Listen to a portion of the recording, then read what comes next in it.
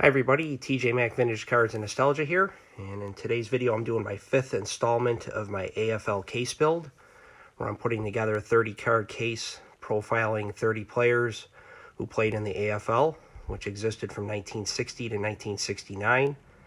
The AFL was a competitor to the NFL at the time for viewers, of course, and the quality of football got better and better as the decade went on.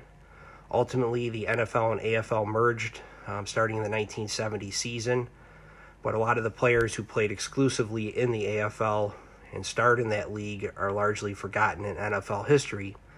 So I thought it would be a good idea to put this case together to educate some of the viewers in this community, and if they already know about these players, I think they'll appreciate seeing these cards in the case.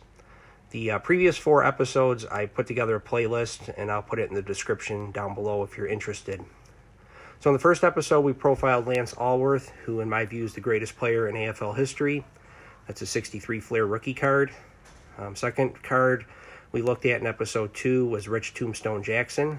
He was an all-AFL defensive end on the second team for the decade. And then we also looked in that episode at Daryl LaMonica, the Mad Bomber, who starred with the Oakland Raiders and went to Super Bowl II against the Green Bay Packers. Episode 3, we looked at Bill Groman, who had one of the best first 2 years in NFL history. And then you had Buck Buchanan and Tobin Rote profiled in episode 4. Buck Buchanan's a Hall of Fame defensive end, who actually really was a defensive tackle. He came in the league as a defensive end, but made the Hall of Fame primarily as a defensive tackle. And then you had Tobin Rote, who was the only player to win both an AFL and NFL championship. And he was a quarterback with the Chargers when he won his in the AFL, and he was with the Lions in the NFL when he won an NFL championship in 1957. Today we're profiling Art Powell and Don Maynard, and I think they were the most prolific duo in AFL history and one of the most in NFL history. Now, Maynard is a Hall of Famer, and Art Powell, unfortunately, is not, and I think he should be in the Pro Football Hall of Fame. He was a tremendous receiver. This pair together were the first set of receivers to post 1,000-yard receiving seasons in the same year, and they did it both in 1960 and 1962. Two tremendous players from that era. Now, Powell was a star receiver and an all-AFL second-team receiver for the league's decade, and Don Maynard was a first-team receiver. Now, Powell and Maynard started out with the team, the New York Titans, which later became the Jets, and you can see on his 1962 Flair card, New York Jets in the bottom, but he's wearing a Titans uniform still. The Titans owner, Harry Wismer, just ran out of money, and there's some danger that the league would be in trouble unless somebody bought the Jets, and who was the Titans at the time. So the Titans were bought by Sonny Werblin, who renamed them the Jets in 1963, and the rest is history. Joe Namath, of course, winning Super Bowl III towards the end of the decade. So before that happened, though, Art Powell never got to play with the Jets because he was traded from the Titans to the Oakland Raiders at the end of the 1962 season. Now, when Powell first came into the league in 1960, he was a cast-off from the Philadelphia Eagles, and you can see here on his rookie card he's actually wearing an Eagles uniform, not a Titans uniform. This is what the Titans colors look like. So that, to me, is very interesting that this was a much older photo shown on his 1961 Topps card. Now, Powell was supposedly cut from the Eagles because he protested during a game in Norfolk, Virginia, and didn't play because of the racism that was being practiced at the time through segregation. And nobody on his team joined him in the protest, and later on, the Eagles cut him. He latched on with the Titans in 1960. The coach was the Hall of Famer Sammy Baugh. At the time, Powell was a defensive back, and what happened was Baugh just saw the type of player he was and converted him over to wide receiver.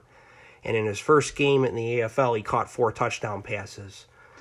And he was just a tremendous player of his time. He was 6'3", 210 pounds, a very large man for that era, and just had great hands and great speed as well. Now, Powell played from 1960 to 1968 in the AFL. Again, he played with the Titans, then he went to the Raiders, and then he had a couple years at the end with the Bills, and then actually he played a little bit in the NFL at the end with the Vikings as well.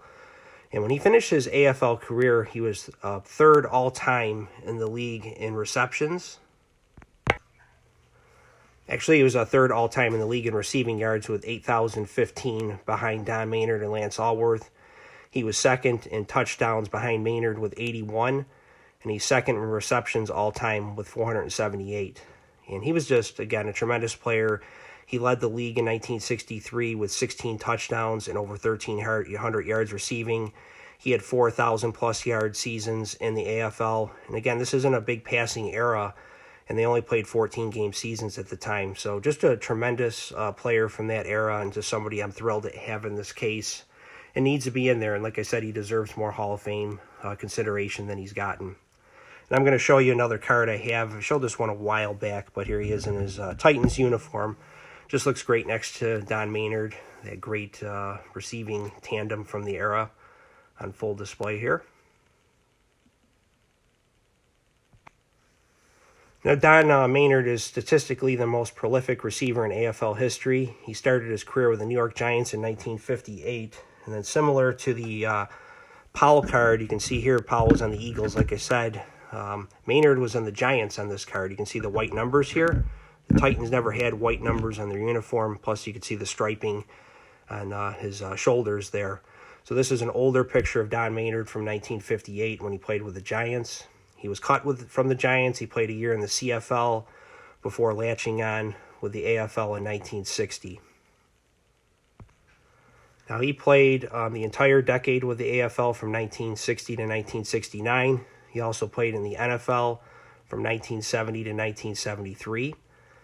Now, his body of work in the AFL from 1960 to 1969, when that league ended, he was the all-time receiving yards leader in AFL history, receptions leader, and touchdown leader.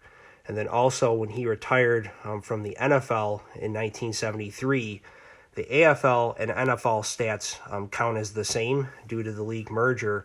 And when he retired, he was the all-time leading receiver in NFL history. He had 11,834 receiving yards, again, which was first all-time in NFL history, 633 receptions, again, first all-time, and he was second in receiving touchdowns with 88. Only Don Hudson with 99 had more than he had. Now, along with Lance Allworth, I think those were the two best receivers from the AFL. They're also both picked to the first team, all-AFL team. And Maynard was one of those guys that had really soft hands, great quickness. He was a lean Texan, and he just he gelled so well with Joe Namath that they would just put on a show in practice for young kids that would go out and watch them play. Namath threw bullets, and Maynard would catch everything that came at him. So he just was somebody that Namath had so much trust in. So I'm going to show a few other cards that I have of Maynard in my collection from the AFL days. Here's his 1964 Topps card.